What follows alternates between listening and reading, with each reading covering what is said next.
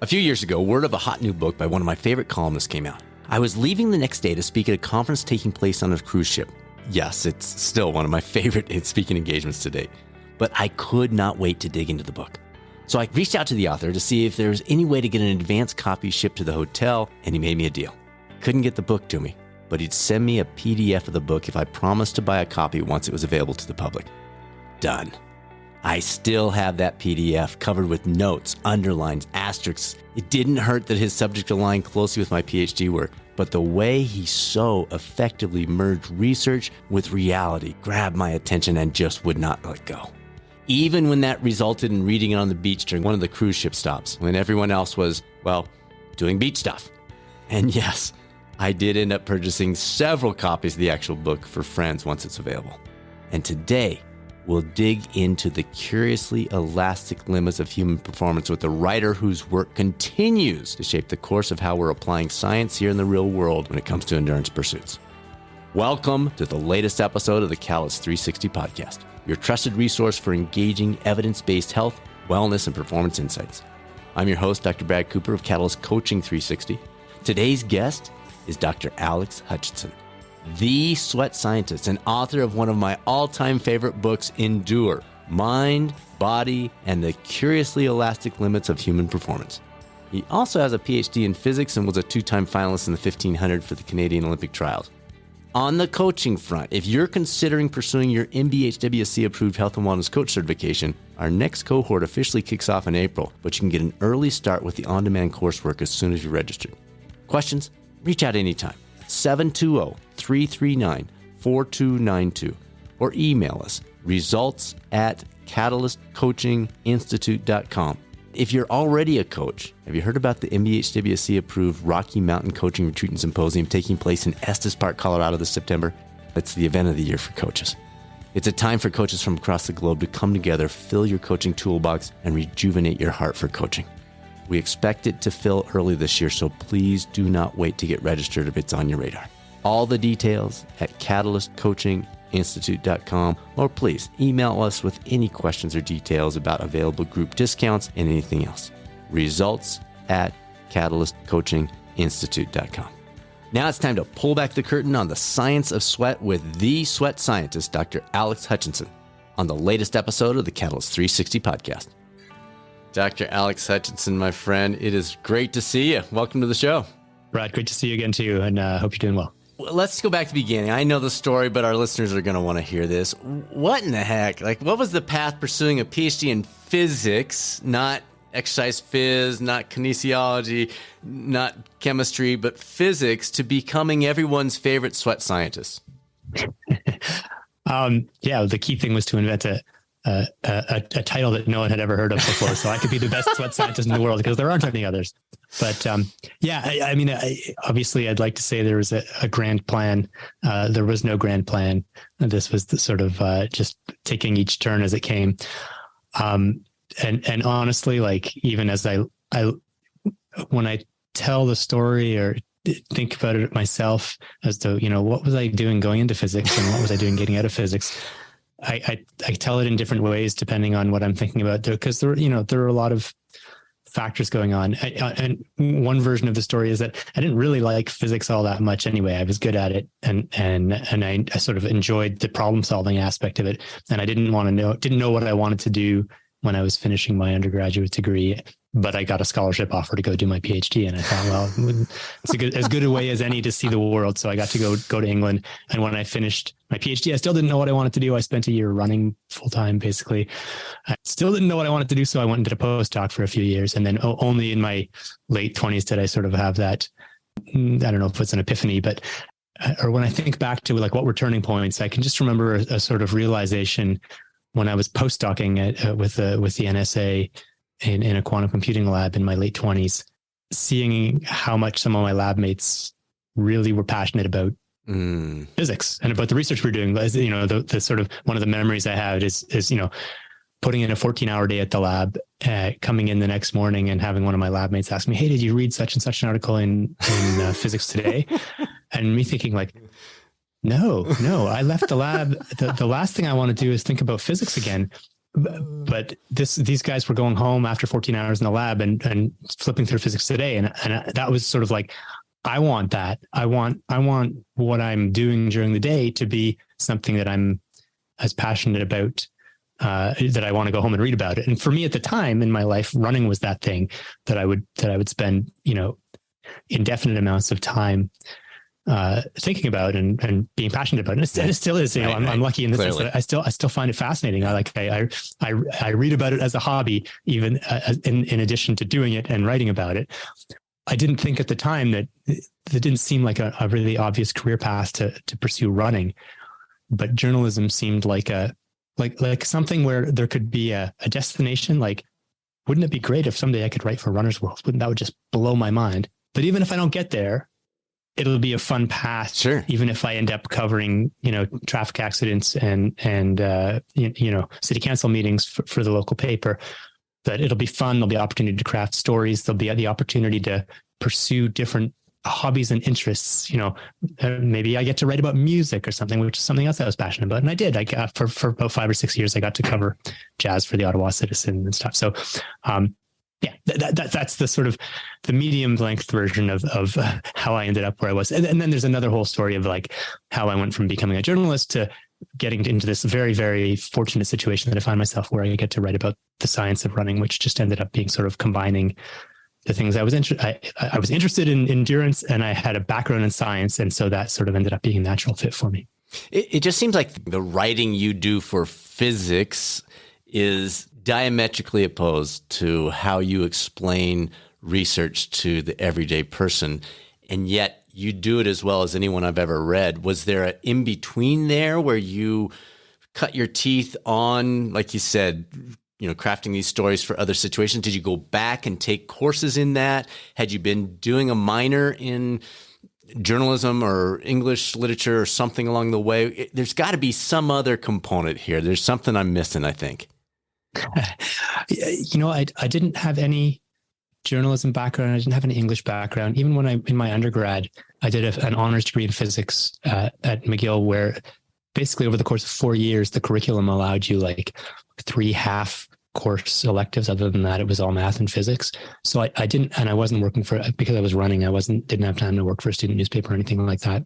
A sort of one indication or one telling point is when I was writing up my PhD in physics, which, as you say, it was not like once upon a time there was an electron, and so that it was not storytelling time. It was pretty dense stuff.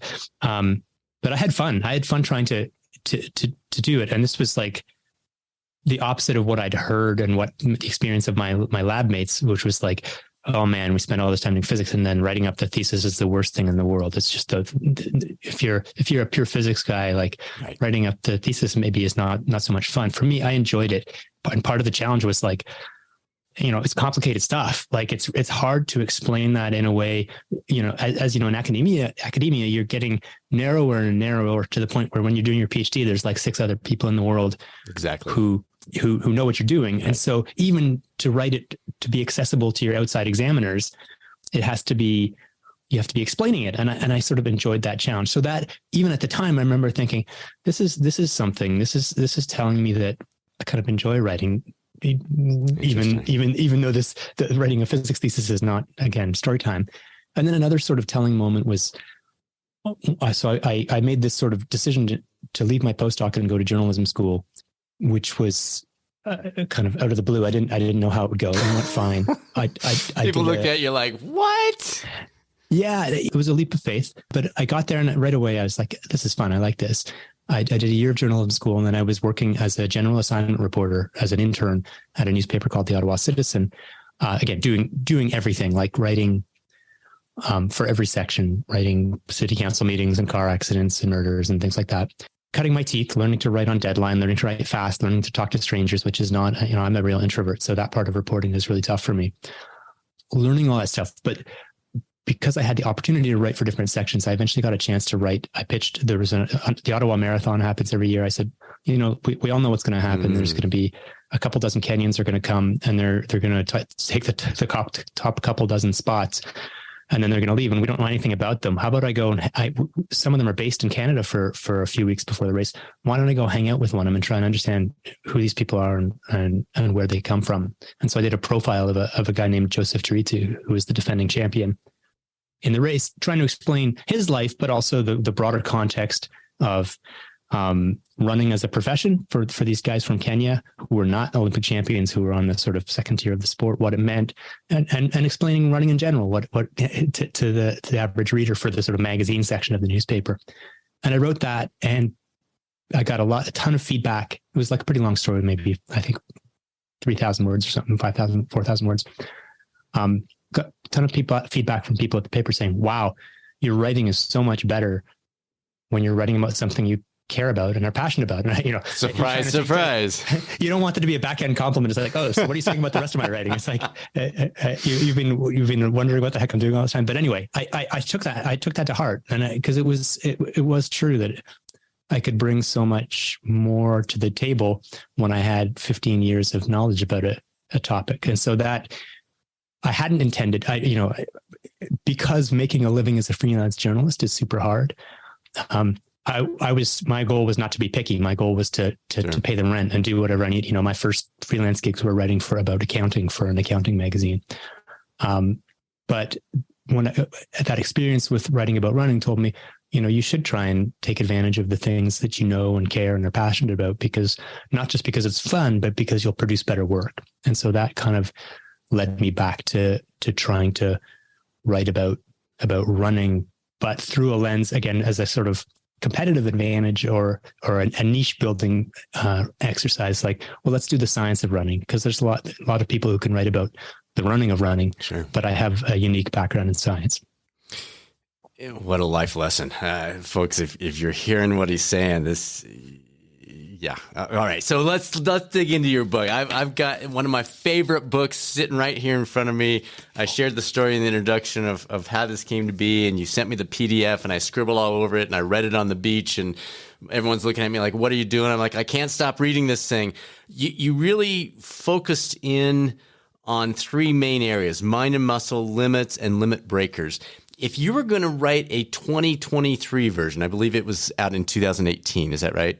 So if you were to write a new version in 2023, what might you add to one or more of those categories that you've learned in the dozens of articles, more than dozens, probably hundreds of articles you've written since then? So I think the weak leg of that three-legged stool is the limit breakers section. The way I conceptualized the book was, as you said, like the first section of the book is just trying to understand the theories, the evolution of how we've understood what defines our limits.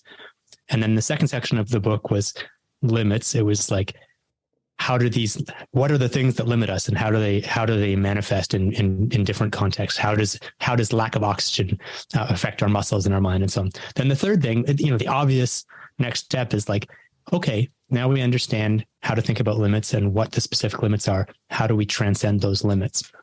And I was kind of scuffling around a little bit, like, this is going to be a really short section because I don't really know how to break the limits. And so,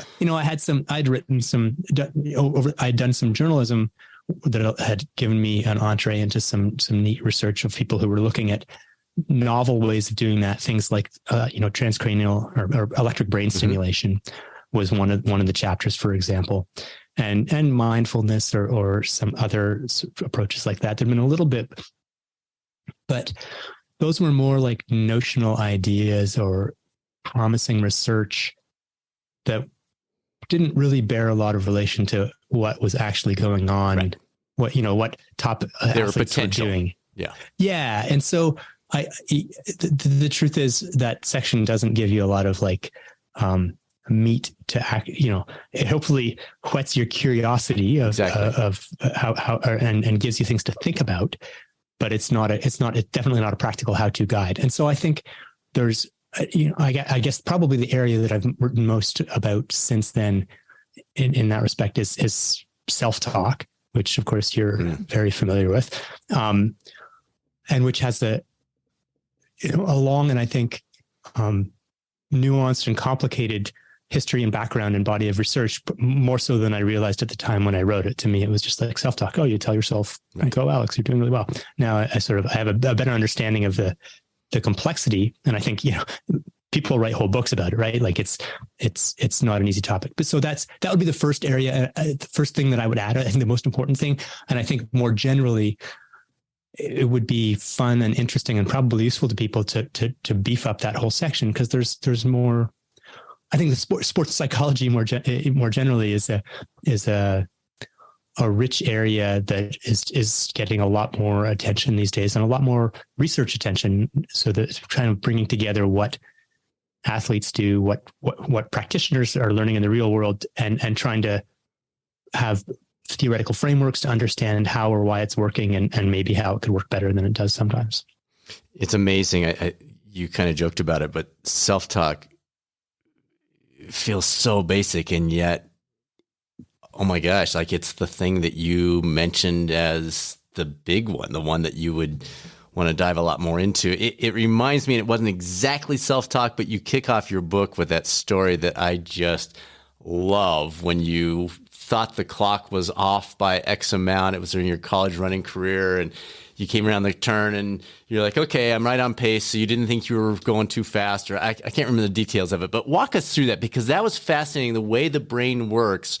You were on a plateau that you had been on for, it seems like a year or two of running the exact same times. And all of a sudden, apparently through a clock mistake, it changed. And that was like this ramp. All of a sudden, your ability took this leap. Your ability didn't change. Your physical nature didn't change. There was nothing different about your physiology. It was all between the ears. Walk us through that, because I was so fascinated by that story.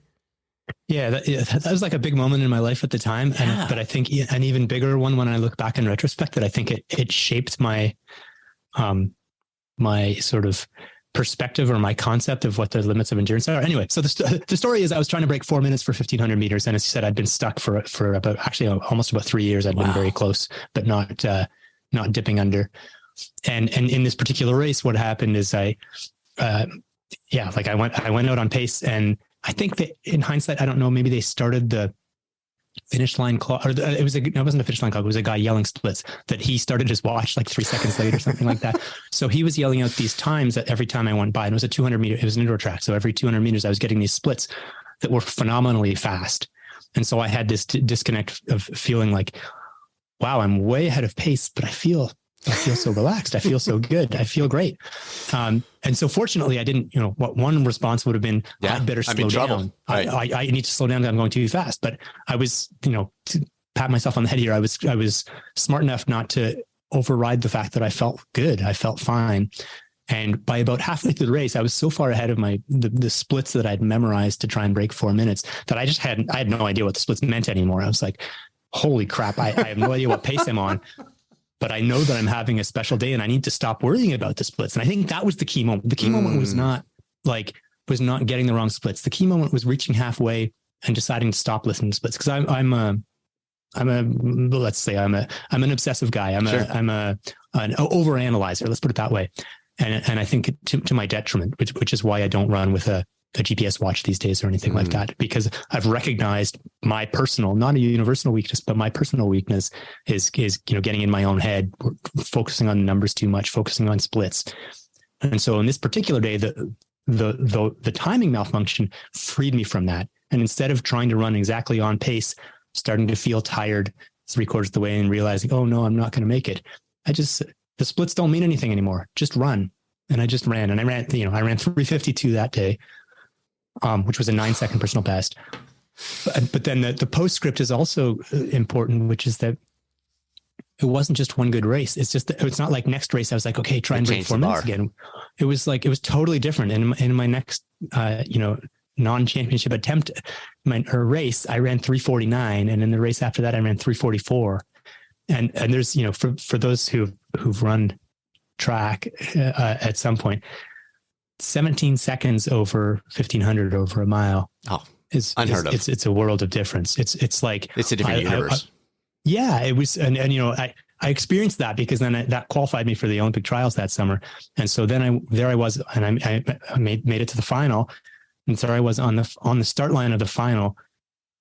And this race is on YouTube. And so I, unfortunately I've seen it, and it's like, I just look like I can't remember if I describe it this way in the book, but to me, it has always looked like I've just woken up from a dream and I'm like in my pajamas and looking around.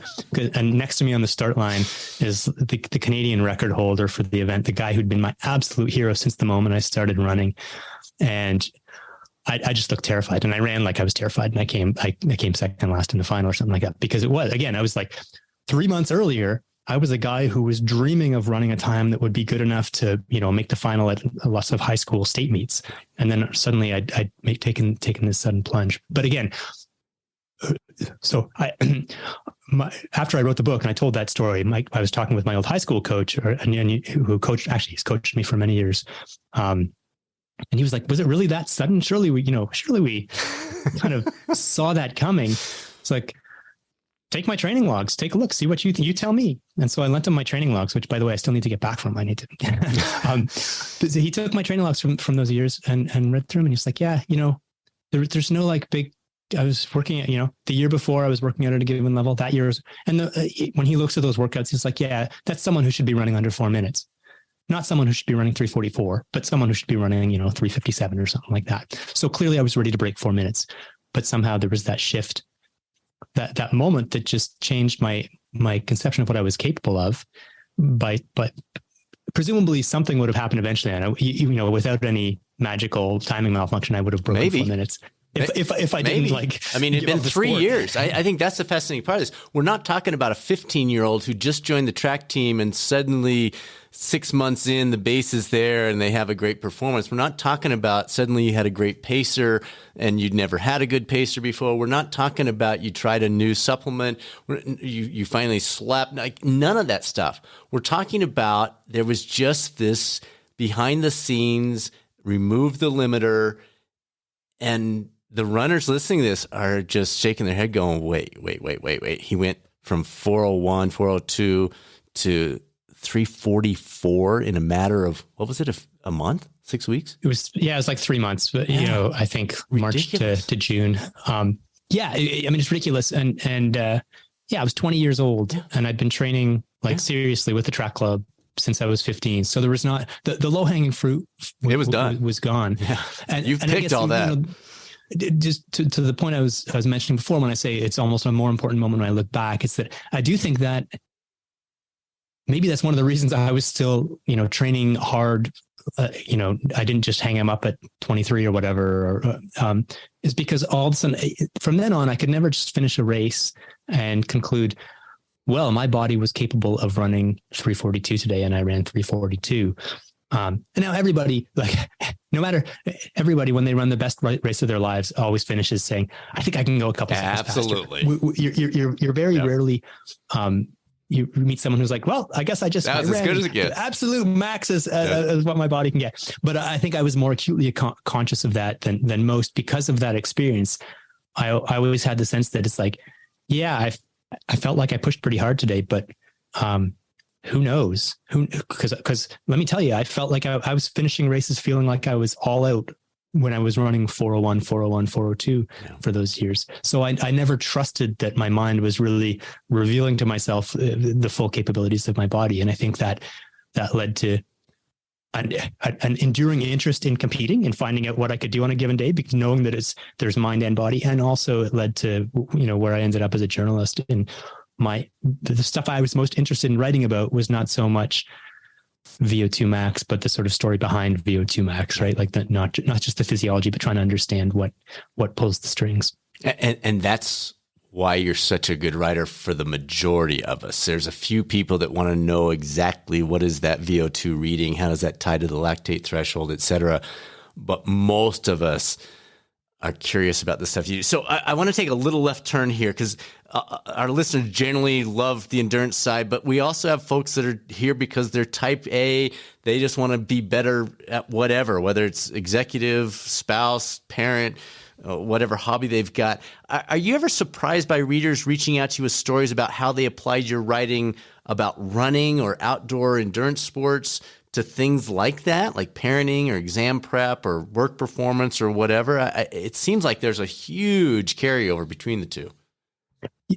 Yes, the short answer is yes. I am surprised. Now, it's not like completely out of the blue. Like when I was pitching this book and first talked to the publisher who ended up publishing it, and I don't think it's a surprise to anybody that I'm revealing any secrets when I say that in our conversation, the editor was like, "So, can you make this interesting to people beyond this tiny? We need more readers. That you're going to sell 9 books to." Like, and of course, as the aspiring writer, I'm like, oh, absolutely. This is a universal story. This speaks to everyone, absolutely everyone. But in reality, the book ends up, and so I put in a little bit of, I thought it through, and I tried to kind of make the point that the definition of endurance that I used from the scientific literature was the struggle to continue against a mounting desire to stop, and that is absolutely a general definition, one that we, you can apply that not just to running, but to just about any sphere of life. And I think that's not I don't think it's a cop out. Like, I think it's true. Absolutely. I think one of the lessons you take from this sort of more holistic understanding of endurance, that it's, the mind as much as the body, is that it is the same struggle when you're trying to convince yourself to keep studying for an exam or maintain your focus or parenting, whatever, that fundamentally the struggle to continue against a mounting desire to stop is all about navigating conflicting imperatives in your head and learning to resist taking the easy path. So absolutely, I had thought about this broader applicability, but the book I wrote is still pretty narrowly endurance focused. And so I was super surprised that right from the moment the book came out, I heard quite a bit from people in the completely completely outside the endurance sphere. The very first talk I gave about the book.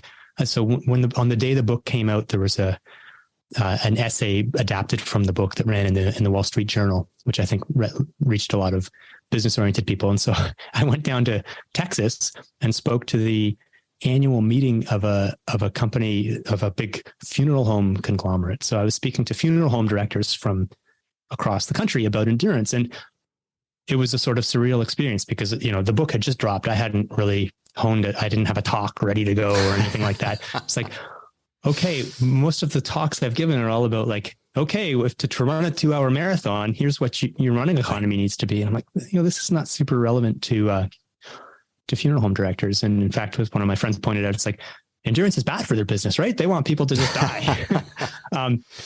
And so I would say, look, to be totally frank, I think it's been a little hit and miss as I've tried to, because I have given a number of corporate talks, and it's like, sometimes I feel like it connects. Sometimes I feel like I've managed to generalize my message. Other times it doesn't. And so I think what I've resisted, I have not I've consciously tried not to sort of say, all right, I'm going to take the chapters of Endure and I'm going to mold them into Alex's 5 rules of business and life success. Because that just feels like that's not what my forte is. I think it works better when it's like, here's the things I've learned studying endurance athletes. And for those who are interested, I think you can draw some lessons that you can apply to your life. And so for some audiences, they're eager to do that. And that has worked well. Other times I feel like, oh boy, we had a marathon runner who invited me to give the talk or something. And the rest of this guy's team is like, who is this guy? So I think it's, how would they not get, I'm just thinking about all the different things in your book. It's not a reach. It's not a stretch. It's not even an arm length. Like every single thing in my mind applies, yes, to my enjoyment of endurance sports, but just as much to our marriage, just as much to being a dad, just as much to running a business, right? Every single thing. Man, we got to get your next book out with that as the focus. That we don't have to call it the 5 Alex tips, but man, it is so applicable. We got to get that news out. I agree. I think it does. To me, like, when you have a hammer, everything looks like a nail. When you're an endurance athlete, all of life looks like a metaphor for running a marathon, right? Like it really, like you and I cannot help but see how it's applicable. I think sometimes you have to meet people where they are, and some people don't want to have to work and think about this, or some people would receive the message better if it was more, if it was delivered in a way that was more obviously relevant to their lives. And so that's, and I absolutely understand that. Like, and I'm not like, just, or at least I don't mean to be disparaging the people who didn't recognize the what's wrong with you people? Yeah, no, it's more just a question of it's kind of like, in a sense, it's like, it's about getting the right messenger for the right people. And it's similar, I think, a little bit to coaching, for example. Sometimes people are or assume that I coach athletes because I write about coaching and I write about how to Sure. train. It's like, you know what, coaching an athlete is different from writing about what the physiologically optimal workout is. And I don't coach just because that's not where I see my strengths. And so rather than trying to do something that potentially I could do, but is not in my wheelhouse, I'm sticking to what's in my wheelhouse, and that'll work for some people, but not for other people. They may need someone else to deliver that message in a way that's more relevant to them. Right. Right. All right. So for years, you wrote Runner's World's most interesting article. As far as I was concerned, it was worth the subscription just to read your stuff. Now you're doing the same for Outside Magazine. Let's give our listeners, I went back through the last couple of years of your columns, and I pulled a handful. We'll see what you have time for. But let's give our listeners a taste of some of that with a lightning round on a variety of subjects. So we won't do a deep dive on these, but give us kind of the quick, and maybe based on our last conversation there, let's chat about application to life. Maybe see if we can pull some of these into everyday life as well. So first one's the twin studies. What do they tell us? And this one's exercise specific. What do the twin studies tell us about the effects of exercise? Yeah, the twin studies are great. And for me, what I love about twin studies is they play right into my tendency to on the one hand this, on the other hand that. From one perspective, twin studies give us like irrevocable proof that genetics matter. That and this is important to know in the sense that it can be demoralizing if you sort of buy into the narrative that we can do anything we want if we try hard enough, and then you see some people who are just like infinitely better than you are, no matter how hard you've been trying. It's like, no, it's not that you're defective. It's that genetics matter, and some people have genetics that are uniquely suited to a given task, whether it's physical or intellectual or emotional. You and I will social. not make linebackers. Yeah, exactly. Like, I'm fortunate to have a body that works well for endurance sports. There is nothing that could make me a successful football player. So there's that side of it, but you can also play it the other way. The twin studies also show us that genetics isn't fully destiny. And the numbers vary depending on what you're looking at, but you can compare identical twins with fraternal twins, with siblings, so you're getting like a staircase of less and less genetic similarity. And you see that the more genetically similar people are, the more likely they end up looking similar, doing similar things, having similar interests, having similar abilities. But it's never the same. It's, maybe it's like 50% of the variance explained. And lately there have been a few real efforts. In particular, there was a Finnish study recently, or actually been an ongoing effort for the last decade or two. Like, let's find identical twins whose lives have diverged, who went their own way, let's say when they were teenagers. And one of them, like, there was actually a case study published maybe 5-6 years ago where the twins were pretty similar. And one of them I can't remember what it was. He twisted his ankle in his last year of high school or something. And so he couldn't play high school sports. He kind of got out of the sports thing. He became a long haul truck driver and was totally sedentary, no exercise for the next 40 years or whatever. The other twin didn't twist his ankle and kept playing sports and stayed active, ended up becoming like an Ironman triathlete and marathoner, doing multiple endurance. So now you've got people with identical genetics, one of whom has spent 40 years, right? I can't remember, training every day, and the other whom has been sitting in a big rig, eating fast food. And it's like, okay, yeah, they're different. So we know that weight isn't totally genetically determined because one of them weighs a lot more than the other. But you look inside, you do a muscle biopsy, and the guy who's been doing all these marathons is like 95% slow twitch fibers instead of fast twitch. And his identical twin is, I don't know, 40% different. Wow. And this is a thing where there's like, of the things that we thought were genetically determined, muscle fiber typology was one of them. And there was the idea, okay, you can slowly and painstakingly change a few of certain types of muscle fibers to function more like slow twitch or like fast twitch. It's like, no, we got identical twins and they've got radically different muscle typologies. And so that was like even though just a single case study, it's enough to show you that our understanding of what's environment and what's nature, what nurture is limited. So, I do think the fact that it is important to recognize that genetics plays an important role, but the twin studies also tell us the limits of that and that environment plays a big role too. Right. Yeah, I love that. You highlighted some key insights about fueling strategies for endurance athletes from soon-to-be Dr. Jennifer Seigo recently. Can you share a few of those highlights with us that might be of interest? Sure, yeah.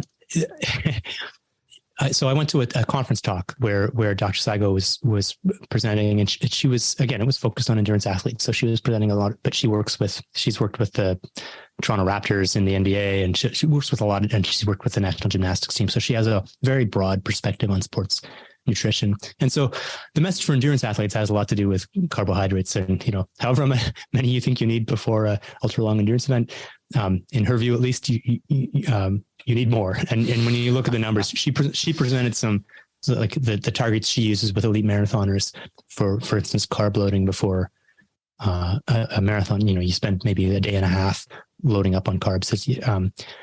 The numbers are like scarcely believable. That you couldn't eat that much pasta. We're talking like 16 plates of pasta or something like that. So the only way you get there is with race day, sports drink. Well, is with eating carbs all day for like the Friday and Saturday before race, plus sipping sports drink. And then on the day of the race, it's like you get up in the morning, you have some carbs, you do your warm up, you take a gel on the start line. So that's still controversial. People still, sure.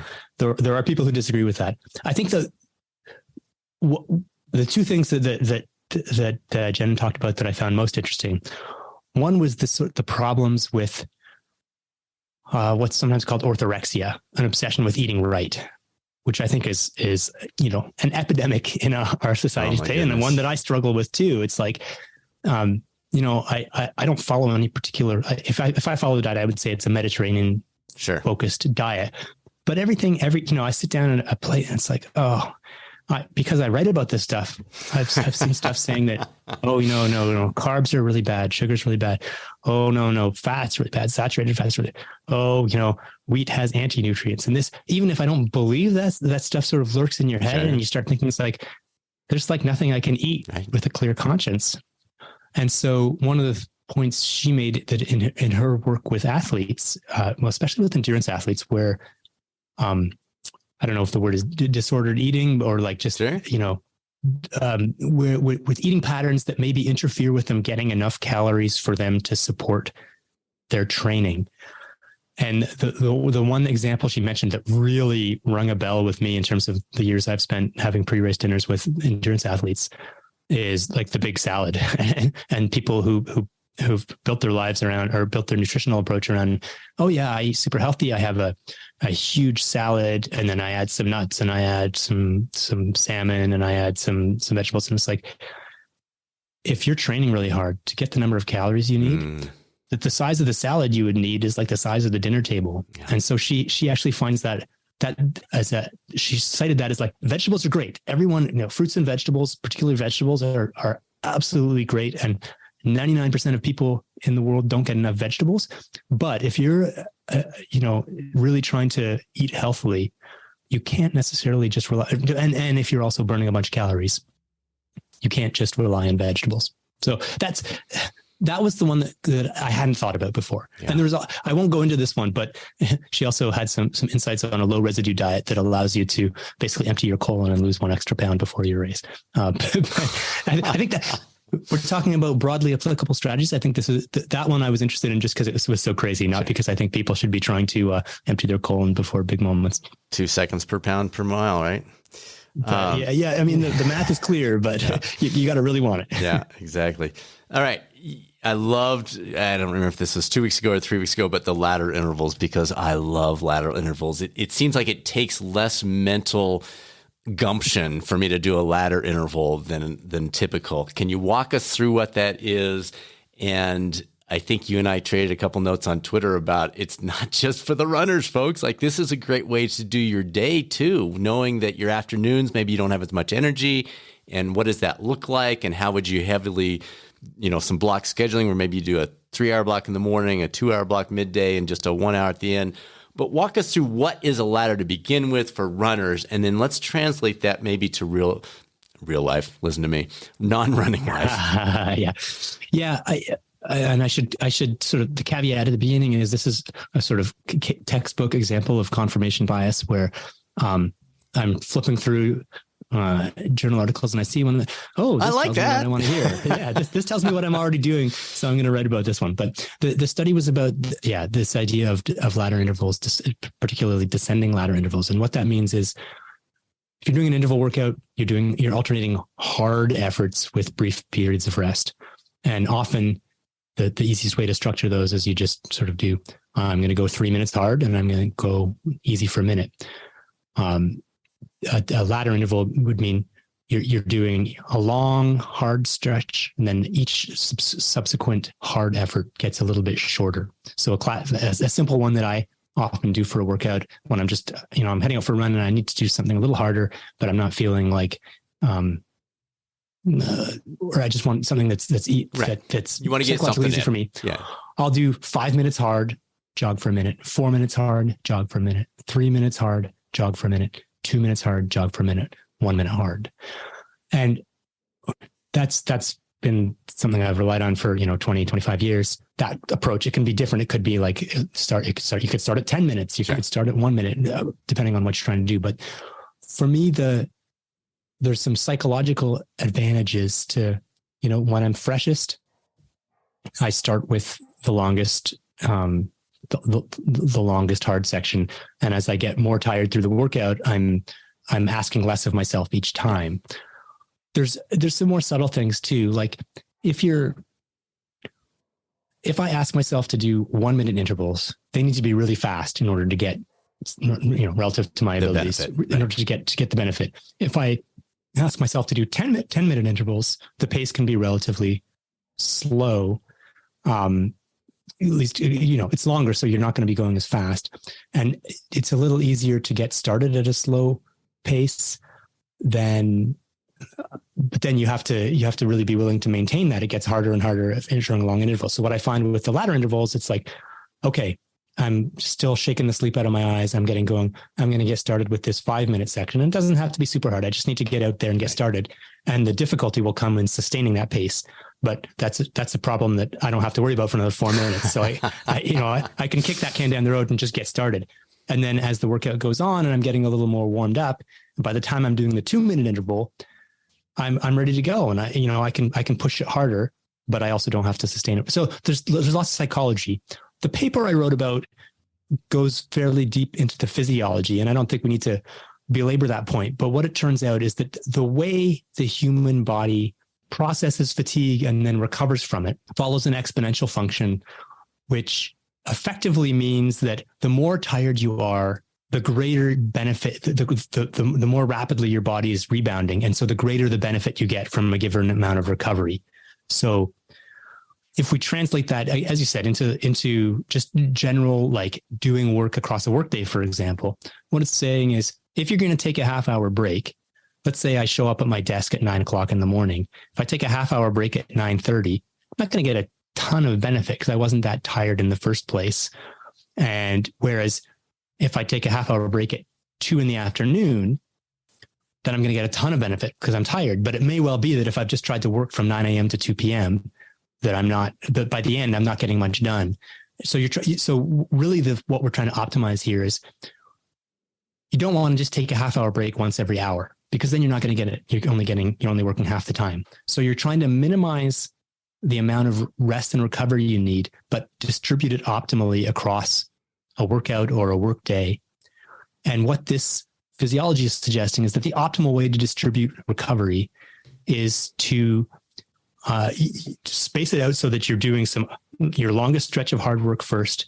And then as you go through the day, right, you have shorter and shorter times. Right. No, I think that's hugely applicable. What's the story on salt and endurance racing and performance? I remember, this has probably been 5 or 6 years ago, there was literally a salt company, and maybe they're still out there, that on the course would hand out these little things of salt. Literally, you would lick your finger, shake it, and then lick it to keep the salt level up. What's the latest on salt and racing? And let's forget Ironman, but for the person that's out there running on a regular basis, or they're training for their first half marathon or something, where does that come into play? And then just briefly mention how that fits into the marathon Ironman world. Yeah. As you described the salt company on the side of the course, I'm just imagining in pre-COVID times, you could have like a salt lick at the side of the course and everyone just runs by and takes a big lick of the pillar of salt. But yeah, so I mean, look, the salt was one of the original ingredients in Gatorade. Mm-hmm. And as much as we might decry the corporatization of sports drinks in the last 20 years or whatever, Gatorade was revolutionary. Yes. Like it really changed the sport. And so because salt was one of the original ingredients, it has acquired a sort of sacred status that you need to have electrolytes. You got to have the electrolytes. If you don't have the electrolytes, you're going to cramp up or other bad things are going to happen. For the range of exercise that you can do, that you can conveniently study in a laboratory, so let's say up to about 3 hours, there's just really no evidence that salt makes any difference. As long as you're as long as you're doing 3 hours and then the rest of the day you're eating a regular meal. Most of us, we know the stats on how much salt people eat as part of their regular diet. Most of us have no problem maintaining regular electrolyte levels, and you can be in deficit for 3 hours. You can lose a bunch of salt because you're also losing fluid, and so what matters is the concentration of your bloodstream, and your body has very, very sophisticated mechanisms to keep the levels, the concentration of sodium in balance, and it can move fluid around from different compartments in your body to make sure. So in the short term, there's just, and there have been a bunch of studies that try to okay, let's show that people who are lower in salt tend to get muscle cramps more. And it's not there. The evidence is just basically is not there. Now, you mentioned okay, well, the Ironman world may be a different situation. It is very hard to put people in the lab for 12 hours and see what happens to them. And so I would say, and anytime I write or talk about salt, I will undoubtedly hear from people who are like, dude, I used to get cramps every time I even opened my eyes. I started taking salt and they stopped. And then I stopped taking salt and they started again. So salt has to matter. And so I can't refute that. Your case study is you. Yeah. But there's a lot of people who say that and who knows? I think the key point is, once you're in that world of multiple hours and if you do happen to study, there's a big genetic susceptibility to cramps. So if you happen to be susceptible to cramps, then you're going to have to experiment. Right. And if you find something that works, you stick with it and don't worry about what the eggheads are saying about salt. You find what works, but there isn't a ton of evidence.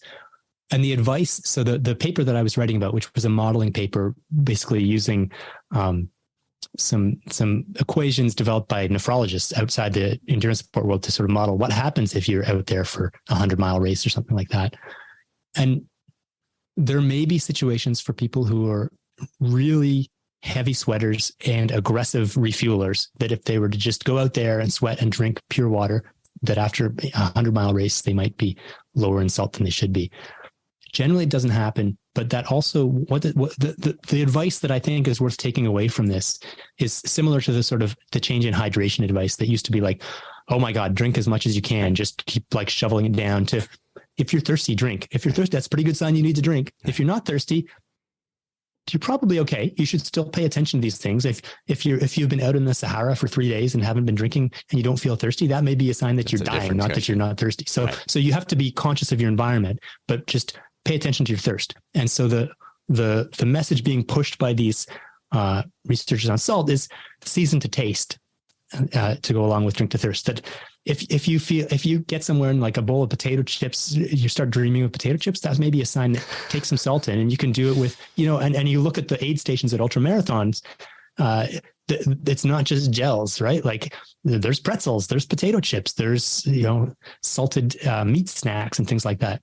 So do that, you get salt in. But for most of us in the sort of average context, we're getting all the salt we need from our diets. So the fact that I always crave nachos and Mexican food after every Ironman maybe is a sign for me. It's an important sign that you need more nachos in your diet. Got it. More nachos. Remember that. All right. Antibiotics. This one was interesting. So antibiotics can affect our workouts. How does that, what's up with that?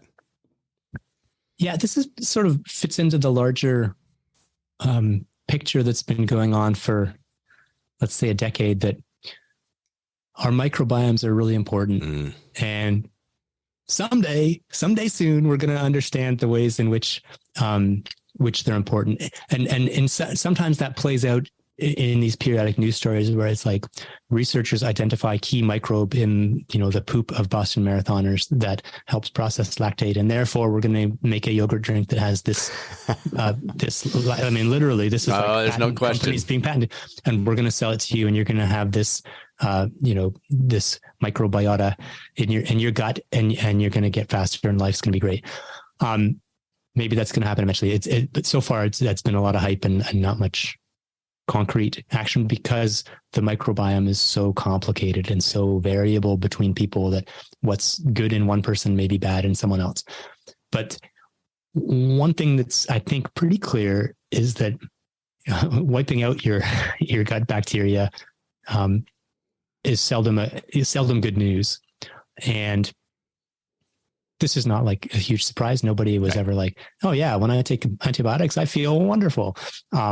But there's been a couple of, actually, I saw the one study that I wrote about, and then when I looked into it, I was like looking at the references and following up. Like, oh, there's a few other studies here. This is not coming out of nowhere. There's this idea that your performance, and indeed in one of the studies, your desire to exercise may even be affected. So,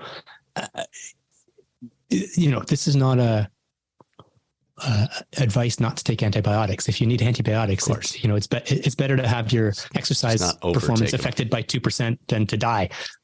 So, you pick your battles, but it's a reminder that antibiotics they're a powerful drug, and you take them when you need them. But this, and this is something that doctors have been telling us for 30 years, right? Like, don't take antibiotics just because you have a sore throat. Like, use them when you need them. And so this was like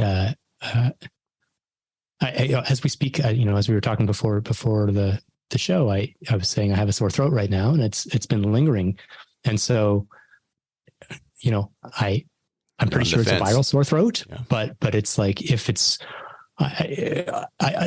my wife's a doctor. So like, she's like, well, maybe you should be taking such and such an antibiotic. Like, okay, well, but I want to have a reason to take it. I don't want to just pop it. And I think that's probably good for all of us in terms of antibiotic resistance. But, again, it's not so much that I'm worried that I'm going to be 2% slower. It's just that it's like, my gut biomes or microbiome is important. And I don't want to wipe it out for no reason. To every aspect. I don't know if your work is cross paths with Dr. Chris Lowry at all out of University of Colorado. His specialty is the gut microbiome. He's going to be speaking at our coaching retreat and symposium, and just so interesting. We had him on a year ago or so, and it's such a key area right now. Let's talk caffeine a little bit as a performance enhancer. How does it work? And then it seems like the caffeine advantage is oftentimes offset by stomach issues. Is there a secondary option? Is it the acidic levels? Is it something you can do to balance that with baking soda? Is there any suggestions for those people that say, I get it, I've read the data, I know it's a 2.3% improvement, et cetera, and yet I can't because I get 10 miles in and my gut is just screaming at me? Yeah. So there's a few things to say about coffee or caffeine rather. First and foremost of which is that on average it works, and it is important. The way it works is, and there's been a lot of debate over the years about, because you can take a muscle fiber in a petri dish and you add caffeine, it'll contract more powerfully. So there's evidence that it's like, oh yeah, it's peripheral, or it changes your fat metabolism. It changes. So it has a ton of effects. My understanding of the current literature is that the key effect is in the brain, that it interferes with the buildup of adenosine, which is associated with mental fatigue. And so the reason caffeine works for so many things is not that it's making you stronger or giving you more energy. It's just that it's making things feel easier, right? Making all sorts of things feel easier, whether it's working on that Penske file or, lifting a weight or running a marathon. So it works. One thing that I find is quite interesting is there's some evidence that it works better for some people than others, based on the genetics of how you metabolize it. I think most people are rapid metabolizers, and then there's a small group of medium metabolizers and even small group of slow metabolizers. And that when you do performance testing and you break it down by genotype, the rapid metabolizers do really well. They get a big benefit from caffeine. The medium metabolizers, it's kind of like maybe a smaller benefit. And the slow metabolizers actually might get slower, that they do worse. And that's because the caffeine is staying in their system much longer. So so the negative effects, whether it's sort of racing heart or anxiety and things like that, or whatever else it may be, no, they don't really know, but may last for longer and overwhelm the positive effects of having of changing in your perception of effort. So what I would say is, for people who are like, I've tried caffeine and it just doesn't seem to make me feel better or perform better, you may be right. Like, don't feel like, oh, well, what's wrong with you? Must be wrong. Yeah, exactly. It's not you, it's the caffeine. So that's something to bear in mind, is that even though the evidence is so good, there's some fraction of people who may be slow metabolizers and thus either need a lot less caffeine or just it's not going to work for them. It's also worth pointing out the distinction between coffee and caffeine. And so, for example, all the evidence on the health benefits of caffeine, that, oh yeah, coffee makes you healthier, that's probably it's actually coffee. It's the antioxidants or the polyphenols or whatever it is in coffee that make you healthier. And the caffeine is just along for the ride.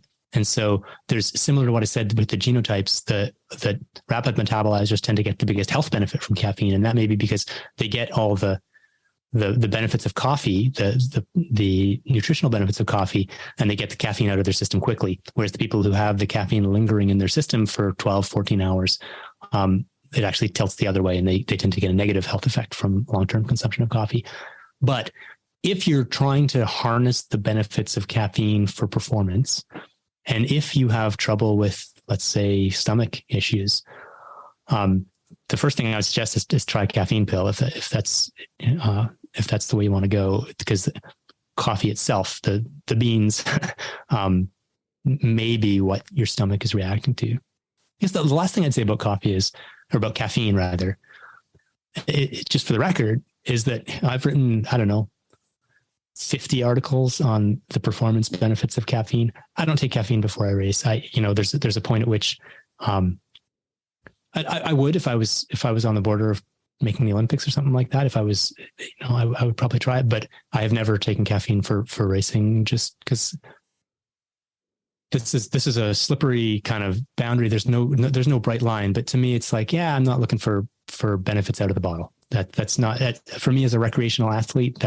I'm trying to find out whether I got better, not whether I found something that brought the finish line a few meters shorter. And I know this sounds like I'm moralizing from a peak, and I'm not, but I'm just trying to say, again, to those people who maybe are struggling or don't find it works for them, it's not necessarily it's not essential to your enjoyment of sport or of life in general. Well, and I think that's helpful, because I think a lot of folks, I actually like what you said there at the end, because I think a lot of folks feel like, Well, I'm not making the most of what I can do. I need to keep trying, and it's at most 2%, most likely. So let's move on from there. I want to talk about heart health. I had a question down here. What's the latest with that? But as you were talking about caffeine, it reminded me of we're going to be hitting a phase here in the next decade where the top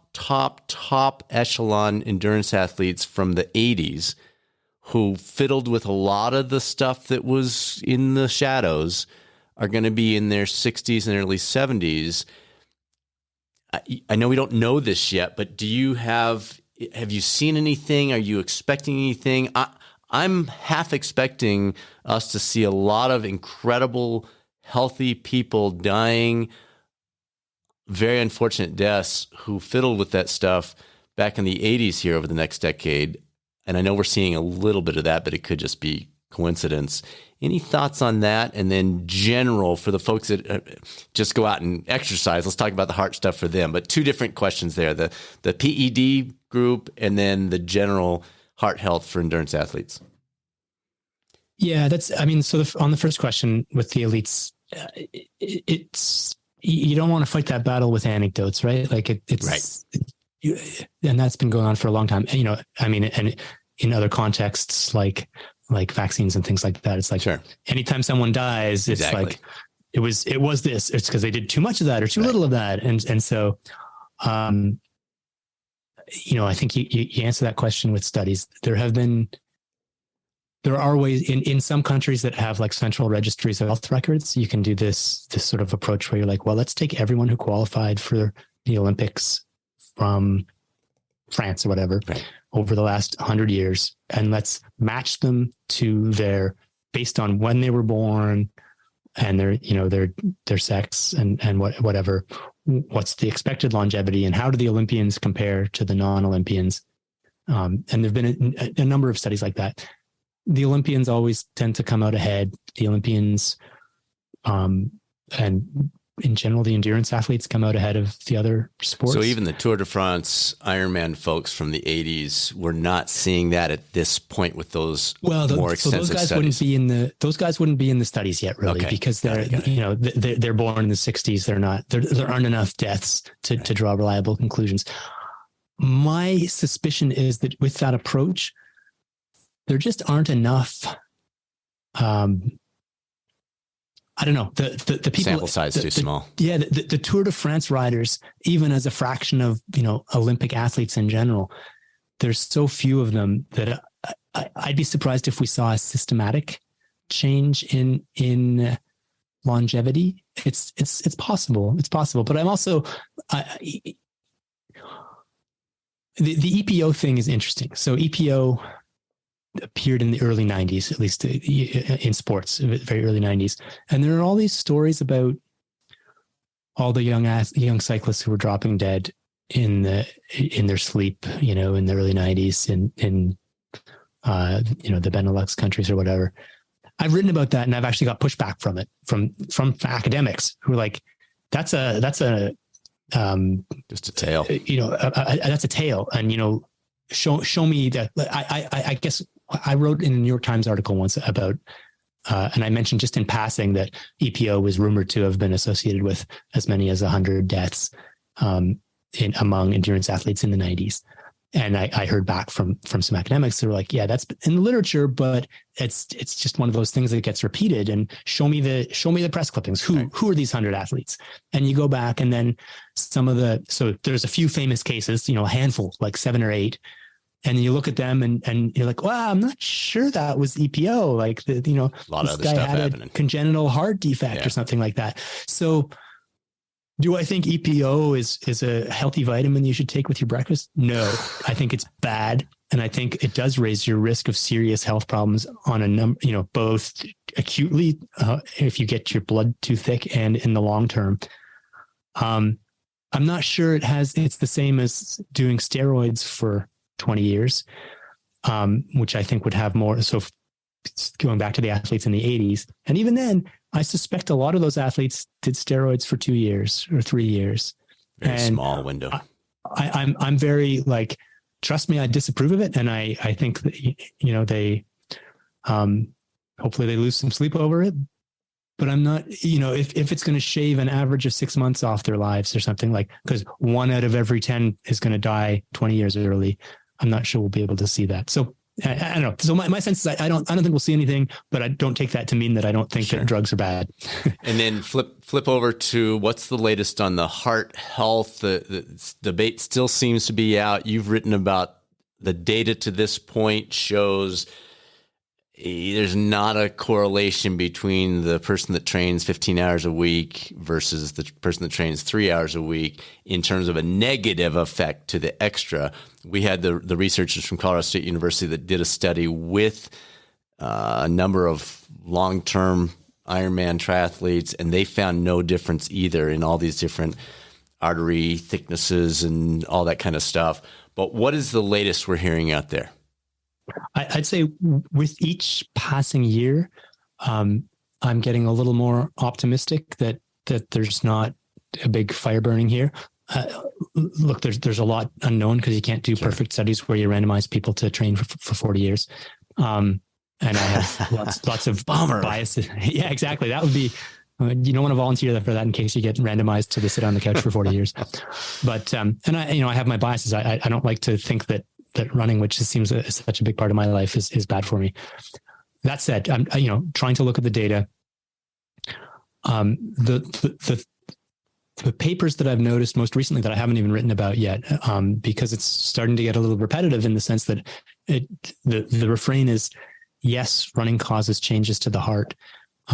No, there's not a lot of evidence that these changes turn out to have negative health consequences. So most recently, like one of the things that does seem to be reasonably well established is that long-term endurance exercise is associated with a greater chance of atrial fibrillation, which is a relatively minor heart rhythm disturbance. It's found most commonly, the bigger your heart is, the more likely you are to get it. So elephants get AFib a lot more often than squirrels do. And so the thinking, one theory is that it's just the more heart muscle you have, the more chance there is that there's a little piece in there where some bit of the muscle gets misaligned or whatever, and it becomes a source of AFib. And so the question then is, okay, in the average person, AFib is associated with a higher risk of stroke. But an endurance athlete, long-term endurance, is not an average person. So is it associated with high risk? And there's been some data recently, some pretty good data that suggests that actually, if you're an endurance athlete with AFib, atrial fibrillation, you're still less likely to get a stroke, because it's also, that risk of stroke is exacerbated if you're overweight and unfit. And so endurance athlete with AFib is less likely to get a stroke than an average person without AFib.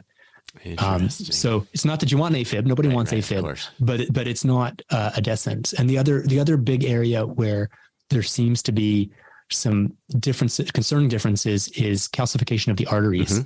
That possibly because of the turbulent flow of blood through your veins.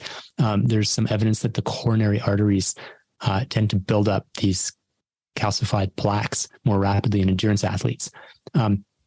And there's been some evidence over the last, let's say, 6-7 years, that the plaques that do build up in endurance athletes are different, that they're firm and stable as opposed to soft and likely to flake off and cause a blockage. So that's an encouraging sign. And most recently, they're now starting to get some outcome data saying, okay, let's follow athletes and non-athletes, look at their coronary artery calcium scores and see who's most likely to have a cardiac incident.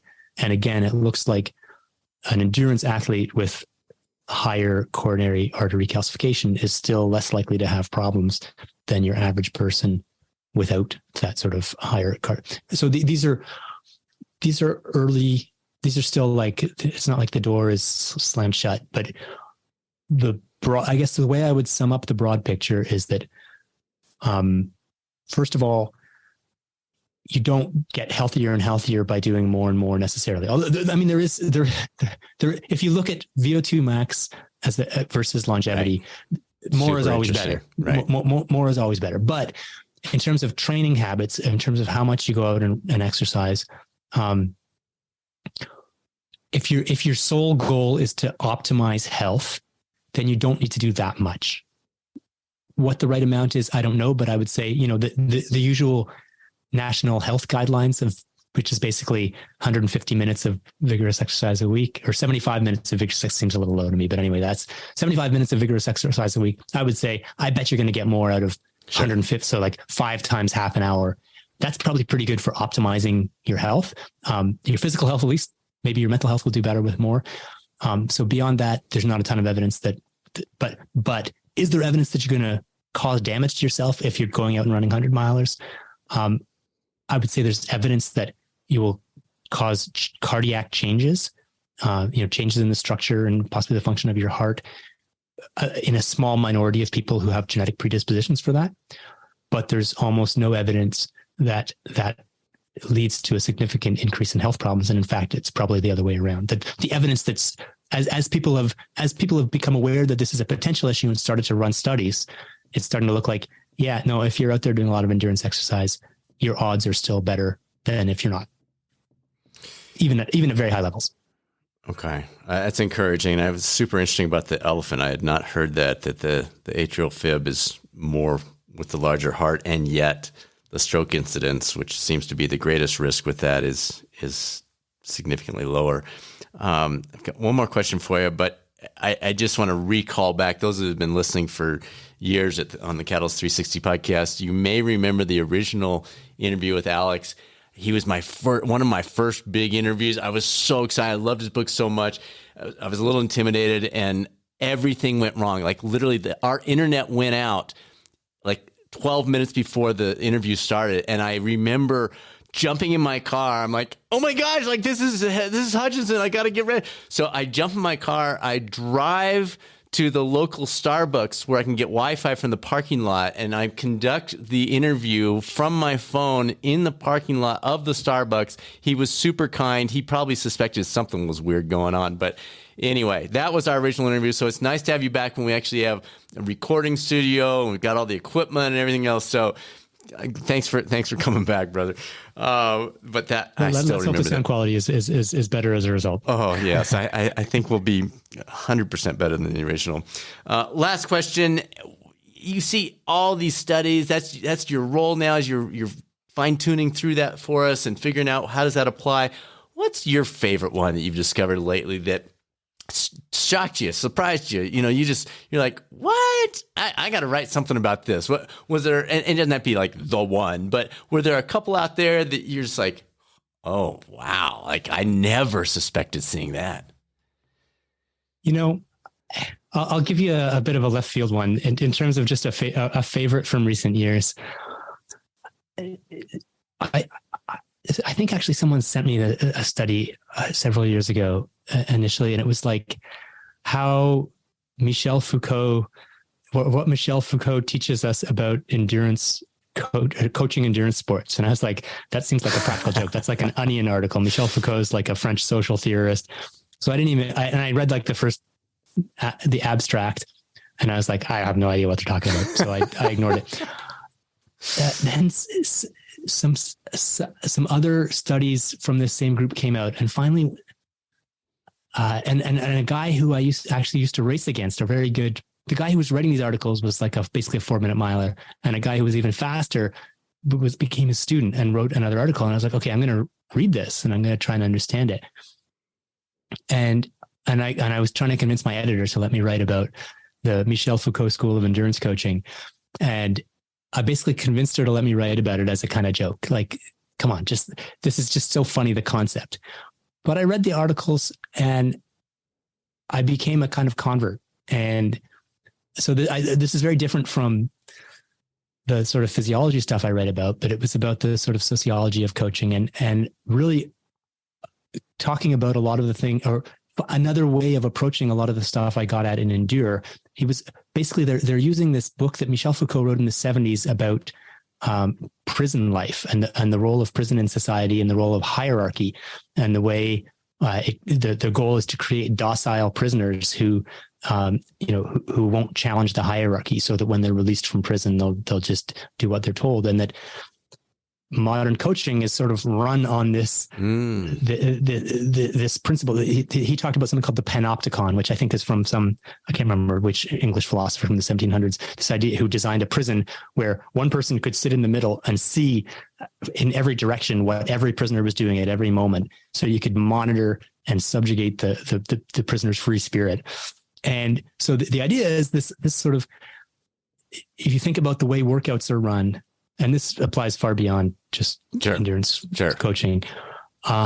There's hierarchy, there's expectations. You have to do it the coach's way in order to receive approval, and you're told to run this far at this speed. You're judged on how well you do it. You're supposed to be ahead of Bob but behind Frank, and so and I don't want to get too deep. I'll try to make this a 20-minute answer. But anyway, it was a critique of that and say that really if you want to create a successful athlete or a successful person, you should be trying to not encourage docility, but the opposite, initiative and imagination and creativity. And so it was a call for running workouts where the athlete decides when it's over. So this study that I wrote about, they worked with a university cross-country team for a year or for a season, trying to restructure workouts in a way. So for example, they'd say, instead of just sending out the workouts in the usual hierarchy, why don't you stagger the starts? Have the slow person go first, slower runners go first, then the medium, then the faster, or vice versa, so that you're forced to ask, how fast do I feel I should be running, instead of, I just need to keep up with Frank, or I just need to stay ahead of Bob.